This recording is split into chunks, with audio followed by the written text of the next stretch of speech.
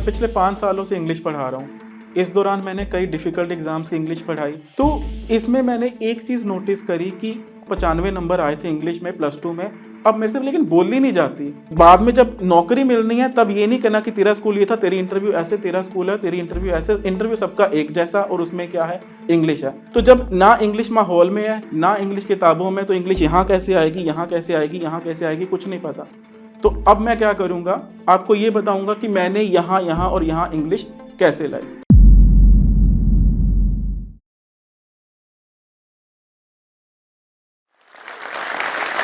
नमस्कार, मेरा नाम सुधीर छाबड़ा, मैं अमृतसर पंजाब से हूँ और मैं पिछले 5 सालों से इंग्लिश पढ़ा रहा हूँ।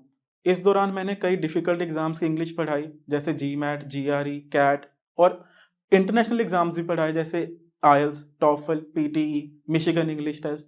तो इसमें जब मैं पढ़ाता था, मैं 10-12 हज़ार बच्चे पढ़ा चुका हूँ और एक टाइम पे मैंने अपना काम भी शुरू किया, अपना स्टार्टअप शुरू किया आईएलटीएस ऑगी।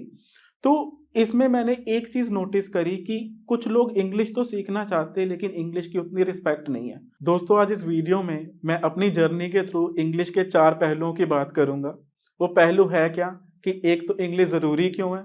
दूसरा, इंग्लिश सीखने में मुश्किल क्यों आई? मुझे भी क्यों आई? आपको भी क्यों आती है? तीसरा, कि इंग्लिश सीख कैसे सकते हैं? और आखिर में मैं आपको कुछ फ्री रिसोर्सेज भी बताऊंगा जो इंटरनेट पे सबके लिए अवेलेबल है, जिनको मैंने भी यूज़ किया, आप भी यूज़ कर सकते हैं और कैसे उनको यूज़ करके एक पंजाबी फैमिली का लड़का एक C2 लेवल इंग्लिश यूज़र भी बन गया और उसने आगे 10-12 हज़ार बच्चों को भी इंग्लिश पढ़ा दी। इंग्लिश एक ऐसी चीज़ है जो ज़रूरी है, उसके बिना एक सक्सेसफुल लाइफ इंडिया में पॉसिबल नहीं है। मैं ये नहीं कहता कि किसी कोई और लैंग्वेज उससे इन्फीरियर है, सब लैंग्वेज की अपनी खूबसूरती है और सभी ज़रूरी हैं, मैं तो ये कहूँगा।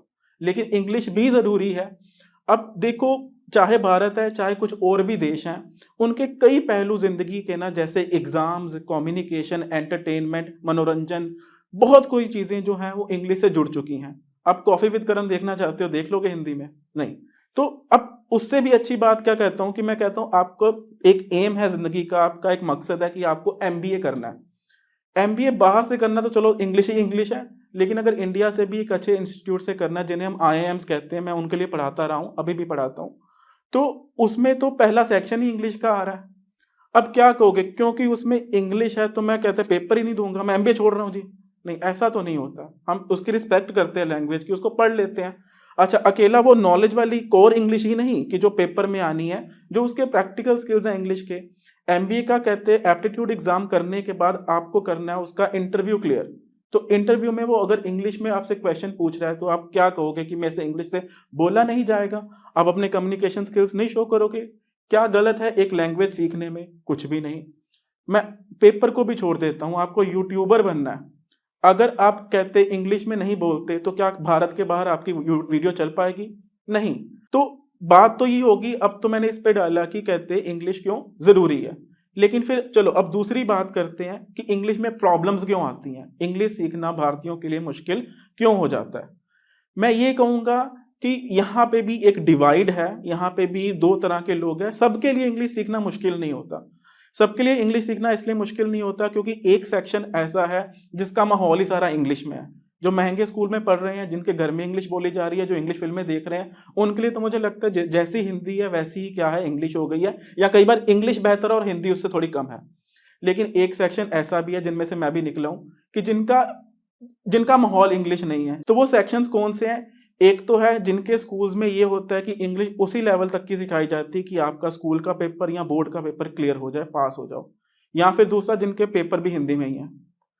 उनके लिए इंग्लिश एक चैलेंज बन जाता है, क्योंकि बाद में जब नौकरी मिलनी है तब ये नहीं कहना कि तेरा स्कूल ये था, तेरी इंटरव्यू ऐसे, तेरा स्कूल है, तेरी इंटरव्यू ऐसे। इंटरव्यू सबका एक जैसा और उसमें क्या है, इंग्लिश है। एसएससी का पेपर देना सबके लिए एक जैसी इंग्लिश आनी, स्कूल वाइज हमारी इंग्लिश चेंज नहीं हो जानी। एक तो ये हो गया कि हमारा जो बैकग्राउंड वैसा, और उसके बाद जो करंट माहौल है वो भी वैसा। उसमें सबसे पहला, दोस्त मजाक उड़ाएंगे जब इंग्लिश बोलोगे, अरे यार अंग्रेज मत बन, मुझे नहीं सुननी। या फिर घर में चलो माता पिता का हम कहते नहीं कसूर निकाल सकते, वो पढ़े नहीं तो वो बोलें कैसे? तो जब ना इंग्लिश माहौल में है, ना इंग्लिश किताबों में, तो इंग्लिश यहाँ कैसे आएगी, यहाँ कैसे आएगी, यहाँ कैसे आएगी, कुछ नहीं पता। तो अब मैं क्या करूंगा, आपको ये बताऊंगा कि मैंने यहाँ, यहाँ और यहाँ इंग्लिश कैसे लाई। मैंने जैसे बोला कि मैं भी एक साधारण परिवार से था, मेरे मम्मी-डैडी को इंग्लिश नहीं आती, मेरे भाई-बहन को भी नहीं इतनी आती, तो कैसे मैं एक C2 लेवल का इंग्लिश यूज़र बना। इंग्लिश में A1 से लेके C2 तक के लेवल होते हैं, जिसके बेसिस पे आपकी इंग्लिश को जज किया जाता है। डिफरेंट एग्ज़ाम्स के थ्रू मैंने वो प्रूव किया, चाहे वो आइल्स है, चाहे वो मिशिगन इंग्लिश टेस्ट में मैं C1 था, लैंग्वेज सर्ट है। बहुत सारे एग्ज़ाम्स के थ्रू मैंने प्रूव किया कि मैं एक C2 लेवल यूज़र हूँ, वो भी डिफरेंट एस्पेक्ट्स का, डिफरेंट पहलुओं का, लिखने का, बोलने का या पढ़ने का। C2 लेवल होता क्या है? ये एक फ्रेमवर्क है CEFR, जिसके बेसिस पे आपकी A1 से लेके C2 तक की इंग्लिश को देखा जाता है। C2 लेवल वो होता है जो कहते हैं कि आप एक नेटिव स्पीकर के या नेटिव यूज़र के जैसे बन चुके हो, कि आपके लिए जैसी हिंदी अब आपके लिए वैसी ही इंग्लिश है। आप एक अंग्रेज़ को कंपेयर आपको एक अंग्रेज़ के साथ कंपेयर किया जा सकता है, पढ़े लिखे अंग्रेज के साथ, वो भी। मैं चाहे एक कहते साधारण परिवार से था, लेकिन मुझे इंग्लिश की इंपॉर्टेंस पता थी, महत्वता पता थी, तो मैंने इंग्लिश के बेसिक्स से लेके इंग्लिश के एडवांस लेवल तक कैसे तैयारी की, थोड़ा मैं उसके बारे में आपको बताता हूँ। सबसे पहले मैंने क्या किया, अपने कोर स्किल्स पे काम किया। कोर क्या होता है कि आपको उसके बेसिक्स आते हैं कि नहीं। स्कूल लेवल से ही मैं ग्रामर में स्ट्रांग था, मैं हर सब्जेक्ट अच्छे से पढ़ता था। एक टाइम पे नालायक भी था और एक टाइम पे अच्छा भी हो गया, तो इससे ये भी पता चलता है कि आप कभी भी शुरुआत कर सकते हो। तो मैं ग्रामर स्ट्रॉन्ग कर ली थी अपनी 10वीं 12वीं तक, कॉलेज लेवल तक भी अच्छी हो गई थी। तो एक इवन कॉलेज में तो मैं एक बार ऐसे कंपटीशन हुआ था पूरे कॉलेज का, तो मैं पूरे कॉलेज में फर्स्ट आया था। इंग्लिश का ऐसे राइटिंग कंपटीशन था। मेरे पास नॉलेज थी बेसिक लेवल की और मेरी नीयत भी थी पढ़ने की। अब नीयत थी तो नियम आ गए तो नतीजे भी आ गए। तो सबसे पहले मैंने अपना काम करना शुरू किया स्पीकिंग पे। मुझे स्पीकिंग सीखनी थी। तो स्पीकिंग में मैंने जो देखा है कि कहते स्टूडेंट्स को, या जो मुझे भी इशू आता था, मैं कह रहा हूँ हमारी जो शुरुआत है सेम है। तो जो मुझे दिक्कत आती थी या जो मेरे अपने स्टूडेंट्स के साथ भी कहते ऑब्जर्व किया, वो क्या है, यार मैं तो 95 नंबर आए थे इंग्लिश में प्लस टू में, अब मेरे से लेकिन बोली नहीं जाती। वो क्यों नहीं आती? यार मैं बोलता हूँ तो मैं ग्रामेटिकल मिस्टेक्स कर देता हूँ, मेरे से वो वर्ड की प्रोनाउंसिएशन गलत हो जाती है। तो अगर मैं सोच के बोलना शुरू करता हूँ, सोच सोच के, ठीक ग्रामर सोच के, फिर मेरी फ्लुएंसी खराब हो जाती है। तो मैंने सोचा ऐसा करते हैं, दोनों पे एक साथ काम करते ही नहीं, एक पे काम कर लेते हैं। तो मैंने क्या किया, मेरे दिमाग में एक स्ट्रेटेजी आई कि मैं एक अपनी आपको रिकॉर्ड करता हूँ, देखता हूँ मैं गलतियां कर क्या रहा हूँ। अब गलतियां कर क्या रहा था कि जब मैंने खुद को रिकॉर्ड किया, सुना, एक लंबी स्पीच बोली, और यार यहाँ तो मैंने प्रेजेंट लगाना था, पास्ट क्यों लगा दिया, यार यहाँ तो इन आना था, वहां ऐड क्यों लगा, यहाँ पे ऐड क्यों लगा दिया। ये क्योंकि मुझे पहला स्टेप मैंने ग्रामर सीखी थी, तब मेरे से ये हुआ। तो मैंने जब क्योंकि मेरे को सीखना था, जज्बा था, मेरे को नीयत थी मेरी, जो मैंने पहले भी बोला, तो मेरे को वो ठेस पहुंचाने लग पड़ी चीजें। यार इतनी मेहनत कर रहा हूँ फिर भी खराब बोल रहा हूँ, क्यों हो रहा है। तो वो जब फिर वो ठेस लगती है ना, तो 30-40 तो थोड़ा ज़्यादा हो गया, 15-20 बार जब आप ये गलतियां रिपीट करते हो ना, तो आपको कॉन्शियसली, आप सब कॉन्शियसली, आप एक अच्छे स्पीकर, आपकी वो गलतियां मिटनी शुरू हो जाती हैं। क्या आज आप 20+20 40 करने में गलती करते हो? नहीं, लेकिन पहले तो करते थे ना। लेकिन उस पर काम किया तो वो ठीक हो गया। उसके बाद एक और जो प्रॉब्लम आती है, जो मैं टीचर्स में भी देखता हूँ, तो ये मेरी टीचर्स को भी रिक्वेस्ट है कि इस पर भी काम कीजिए, कि जब भी कोई कॉम्प्लेक्स चीज़ बोलने को आती है, आप अपनी मातृभाषा पे आ जाते हो। आई वॉन्ट टू से दिस ब्ला ब्ला ब्ला, और जब भी कुछ ऐसा आया जो हमारे कहते रोजाना की कहते कॉन्वर्सेशंस के बाहर है, बातों के बाहर है, उसमें हम हिंदी में चले जाते हैं। क्यों? क्योंकि दिमाग पे जोर पड़ना शुरू हो जाता है। ये जो कॉम्प्लेक्सिटी है ना, कॉम्प्लेक्स चीज़ों को बोलने की, ये भी कुछ वैसी है। मैंने खुद को मजबूर करना शुरू कर दिया कि मुझे बोलना तो इसी में बोलना है, चाहे वो कितनी भी कॉम्प्लेक्स चीज़ है। चाहे मेरे को नासा के बारे में बोलना है, चाहे ब्लैक होल के बारे में बोलना है, चाहे मुझे मे बी इकोनॉमिक्स, मैं साइंस स्टूडेंट था, इकोनॉमिक्स के टॉपिक के बारे में बोलना है। जब मैंने अपने आप को 10 12 13 बार मजबूर किया, ब्रेन की भी एक्सरसाइज हो गई। एक टाइम ऐसा आ गया कि मैं सोचना भी इंग्लिश में शुरू हो गया, क्योंकि ब्रेन की एक्सरसाइज हो चुकी थी। और ये बड़ा प्लस पॉइंट होता है कि अगर आप सोचते इंग्लिश में फिर बोलते भी इंग्लिश में हो। तो ये तो हुई बात कि मैंने बोलना कैसे शुरू किया। राइटिंग और वोकैबुलरी को मैं इकट्ठे बताऊंगा, ये मेरा अपना एक इसके अलग पंगे थे। अब मैं कहता हूं कि अगर आपको इंग्लिश को जिंदगी में लाना ना, सिर्फ पेपर में तो लाना नहीं, तो फिर जिंदगी के डिफरेंट डिफरेंट उसके पार्ट्स में, इसके पहलुओं में लाओ इंग्लिश को। तो मैंने इंग्लिश सिर्फ किताबों तक नहीं रखी, मैंने इंग्लिश को लाइफ में लाना शुरू किया। मैंने मनोरंजन भी इंग्लिश में करना शुरू कर दिया अपना।